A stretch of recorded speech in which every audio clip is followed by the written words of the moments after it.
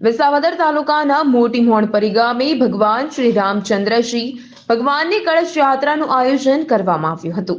આ કળશ યાત્રામાં ગ્રામજનો તથા ગામના આગેવાનો તથા વિસાવદર તાલુકાના માજી ધારાસભ્ય હર્ષદભાઈ રીબડિયા, ઘનશ્યામભાઈ સાવલિયા, વિસાવદરથી સ્વામિનારાયણના સાધુ શ્રી આનંદ સ્વામી તથા અન્ય સાધુ શોભાયાત્રામાં આવી શ્રી રામચંદ્રજી ભગવાનની શોભાયાત્રામાં આનંદ વ્યક્ત કરી આશીર્વાદ આપ્યા હતા।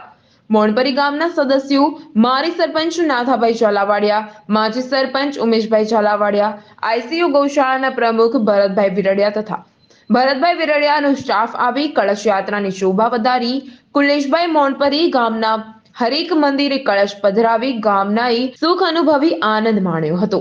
મુકેશ સાધુ, મહાદેવ ન્યૂઝ, મોણપરી।